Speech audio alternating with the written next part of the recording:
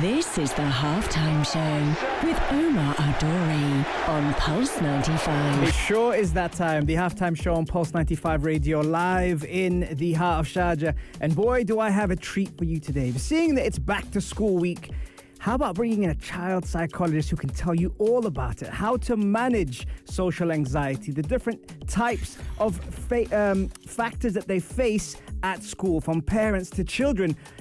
Emmanuelle Massad is going to be here on the Halftime Show, and boy, can I not tell you how important it is, not just for the kids, but for the parents. It's going to be a great show. If you have any questions, do text me on 4215 or slide into my DMs at Omaralduri on Instagram, and I will promise you to deliver that question to her within the hour. We only have an hour together, but it's going to be a great hour on the only place to be at 3, the Halftime Show on Pulse 95.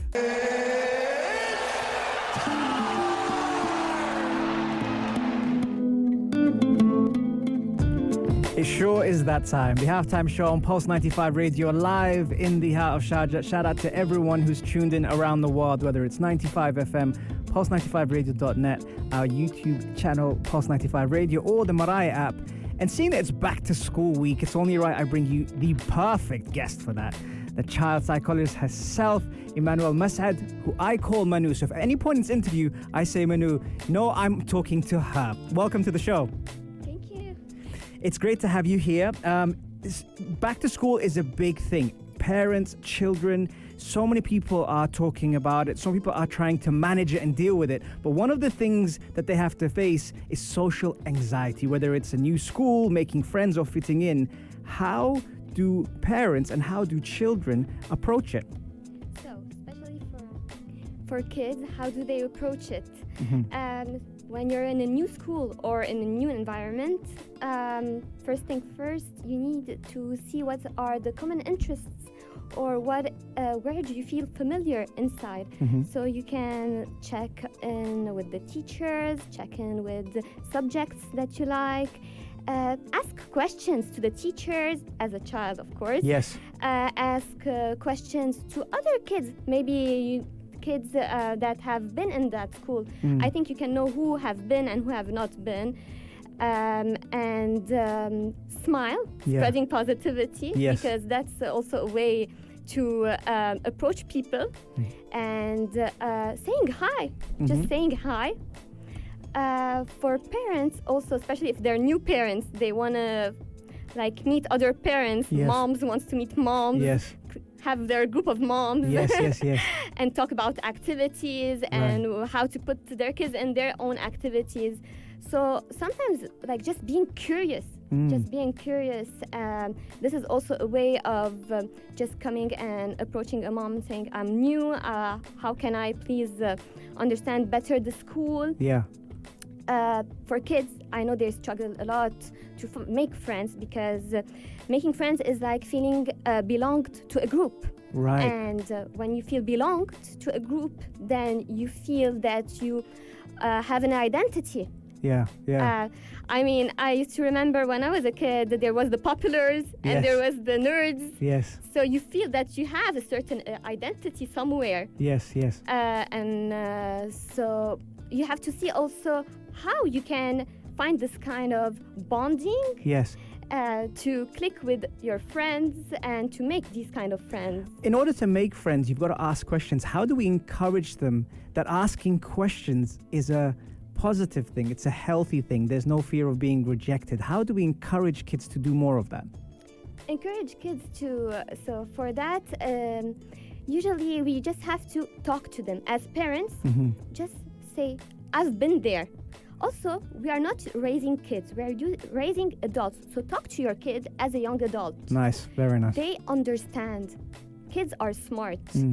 And just tell them, the way to approach someone is to come and tell them, how do you do that? How can I get to the PE classroom, exactly.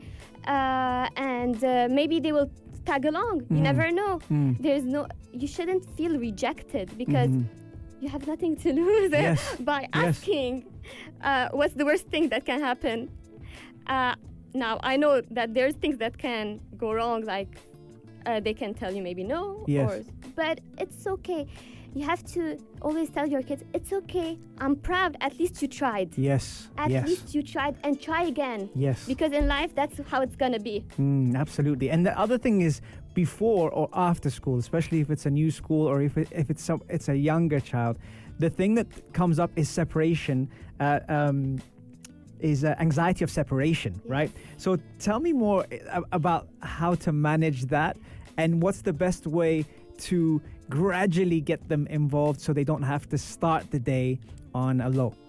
So this part is very delicate, and please, I really want parents to do it in a nice way, in a smooth way, especially kids that are going to nurseries. I see sometimes moms come up and just put their kids and they run. I mean, I'm sorry, but you're creating a trauma. Yes. I mean, that's a trauma. The kid don't know that you left. And there's also facing the strangers. So the fear of the stranger. I mean, the kid is left and he thinks that maybe his mom is never going to come back. So why don't you just put your kid, explain, talk. Communication is key to everything in life. Just say, hello, baby, I'm gonna put you today for 5 hours. You can even say how much. You can even tell them, look at the clock at 2, because sometimes they really do look at the clock. Right. Even if they're so young, they know 1, 2, 3 maybe, so they can really see. And just say, I'm going to work. Right. And I'm coming back. Mommy is coming back. Right. Daddy is coming back to pick you up. Don't worry, you're gonna have fun. Right. The teacher is very nice. Everyone is very nice. Yes. And or even you can talk to the teacher, say, oh look, she's so nice, I met her and I'm talking to her. You can introduce even introduce to another child so they can become friends. Right. That's very smooth way to do it. Okay, so rather than saying, for example, be right back, you recommend them to actually say the time of how long it's going to be. Yeah, saying the time can be smart. Okay. It can, because for them, I mean, it depends, but being right back, sometimes they won't know when, and they can ask you. Oh, right. They're smart. Every 2 seconds. Yeah, when are you coming back? When are you coming back? Well, I'll tell you what, we'll be right back, I promise you, in exactly 3 minutes and 15 seconds. We're going to take a quick break, but Emmanuelle Massad is here on the show, and I'm super happy that she's joining me on the Halftime Show on Back to School Week.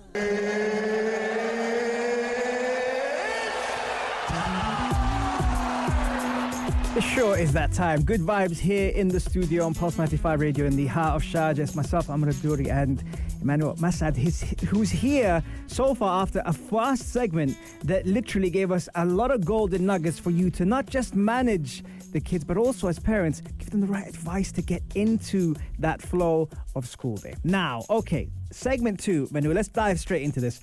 I want to talk about this one because normally, and we spoke about it briefly in the first segment about encouraging kids, being honest with them, being transparent. But on the other front, how do you teach kids to manage their emotions during negative experiences? So I like to see things in a positive way, and I usually use positive psychology. So positive reinforcement and building confidence. So I know there is we have a mom, we have a dad. Usually dads have this role to come and encourage, but I think they do it with tough love.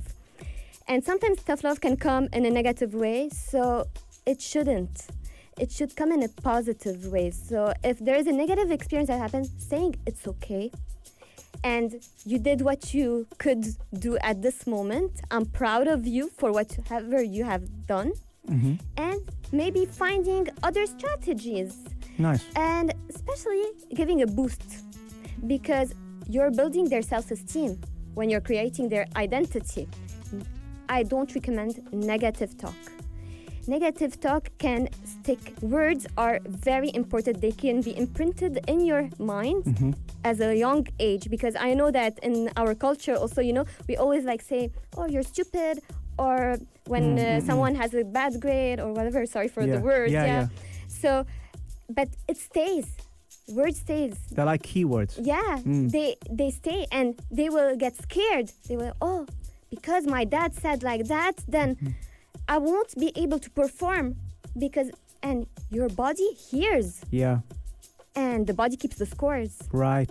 Okay. Yeah, see, when you say that, it makes perfect sense, because then for a very long time, kids are then going back to that, almost like a trigger. When they hear it somewhere from the house and they hear it outside, it gives them that same feeling. But what I want to talk to you about is there a lack of us teaching them how to manage emotions at schools? Do you think?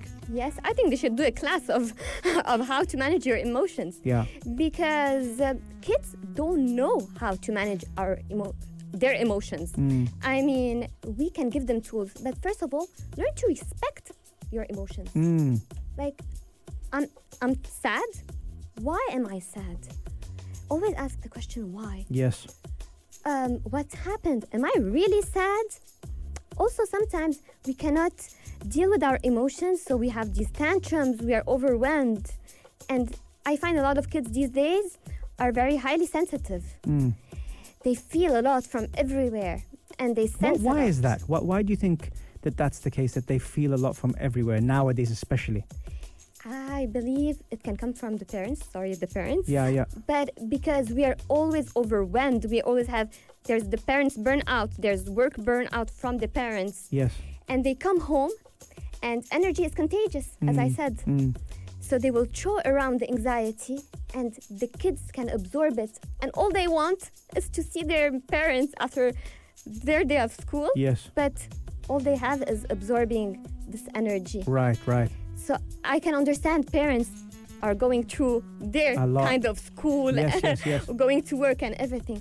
But sometimes maybe taking a break, like sitting 5 minutes alone as a parent, just before coming home, and how I want to show up to my kids now, because now I'm a parent. I'm not anymore the general manager at PwC. Yes. You know, I'm just gonna be a parent. Yes. I can't blame the parents for everything that they're going through, of course. Yes. But also know that now I have to play the role as a parent. And be more present. Be more present as a dad, as a mom. Yes. And sometimes also the way you communicate with your kids is maybe not the way you wanted to be communicated as a kid. Right.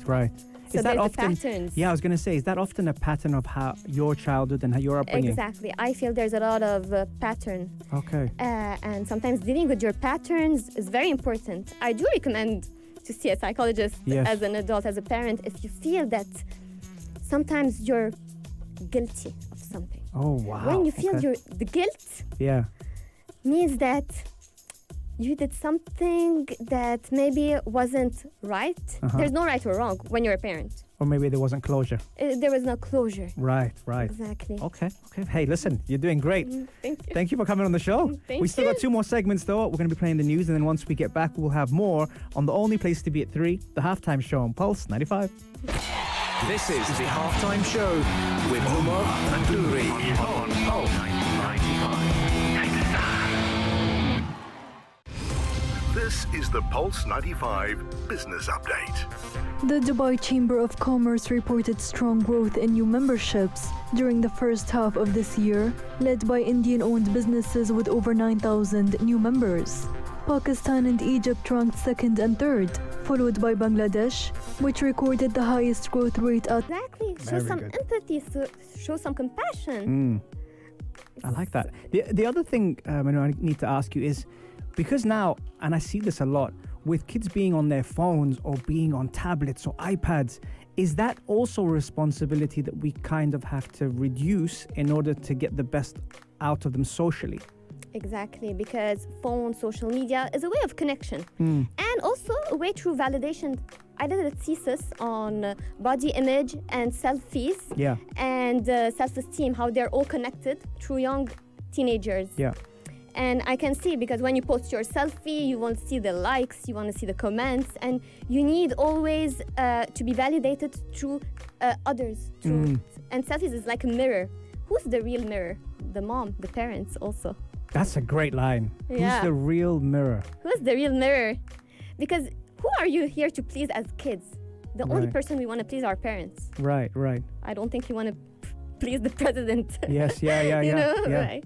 And this is what, I mean, it's true. I like that. You've opened up my eyes to that one. I like that one. Then it's about projecting expectations. Projecting expectation is very important, but the thing is, parents project expectations to their kids.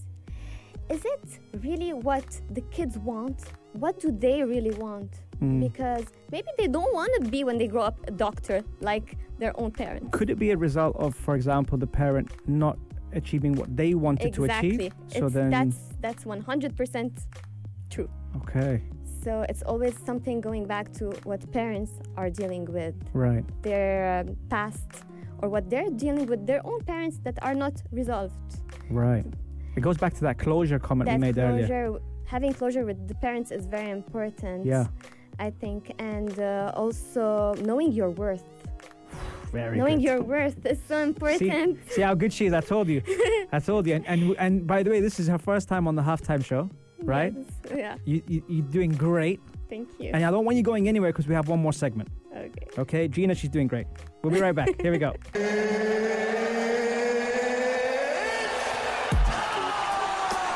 Almost full time on the halftime show. Gina, if you didn't hear your shout out, we're giving you all the flowers that you can get. Thank you very much for tuning in. If it's your first time ever, hope you enjoyed the show.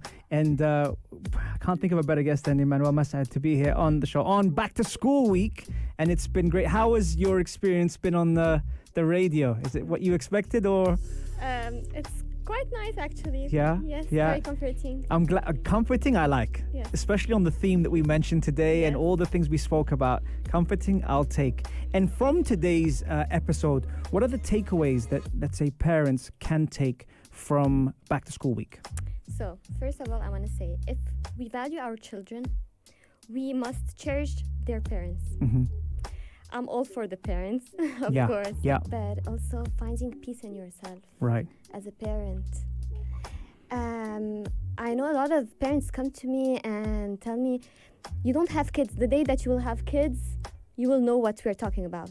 I understand that life is not easy. Right.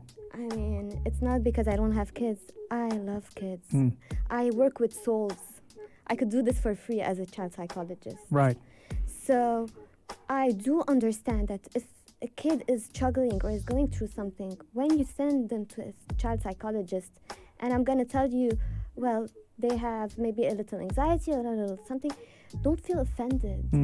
That's something that, I mean, and plus nowadays, psychology is something very positive. Yes. It's okay to have anxiety. We all have anxiety. People who don't have anxiety, there is a problem then. Correct. Yeah. That's very true. And So- that's a big point you make, actually, that it's workable. It's something that is healthy to have as part of your routine, right? Also, it's okay not to be okay. Yes, 100%.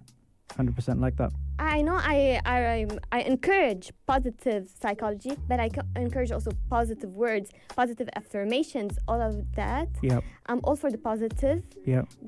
I know the difference between toxic positivity and positivity, and that's something that also people should know about. So Right. there's a difference. Yes. What is the difference, very quickly?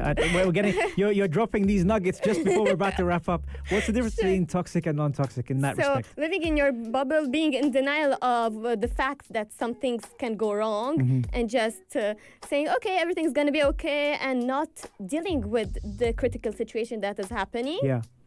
Or saying, okay, this happened, how I'm going to see it in a positive way, or what can I control and what can I not control about it. As Very good. child also, because they know what they can control, or you can show them what you can control. Yeah. Excellent. Hey, listen, you've been great. Thank you so much for coming on the show. Thank you, Omar. I hope you've enjoyed your experience, and everyone that is tuned in, thank you for tuning in to the wonderful, I was going to say Manu again, Emmanuelle Massad, who's here on Back to School Week talking about child psychology, but also talking about so many important topics that we need to have out there more. And thanks to you, the people now have had value for their money. Thank you so much. Thank you. Have a nice day. You too. Full-Time Whistle is here. Thank you so much for tuning in. Remember to catch us every Monday, Wednesday, Saturday, 3 to 4 UAE time. And if you did miss the show, I promise you, Apple, Spotify, SoundCloud as the podcast, and YouTube, Pulse 95 Radio as the show. Take care, guys. Salam.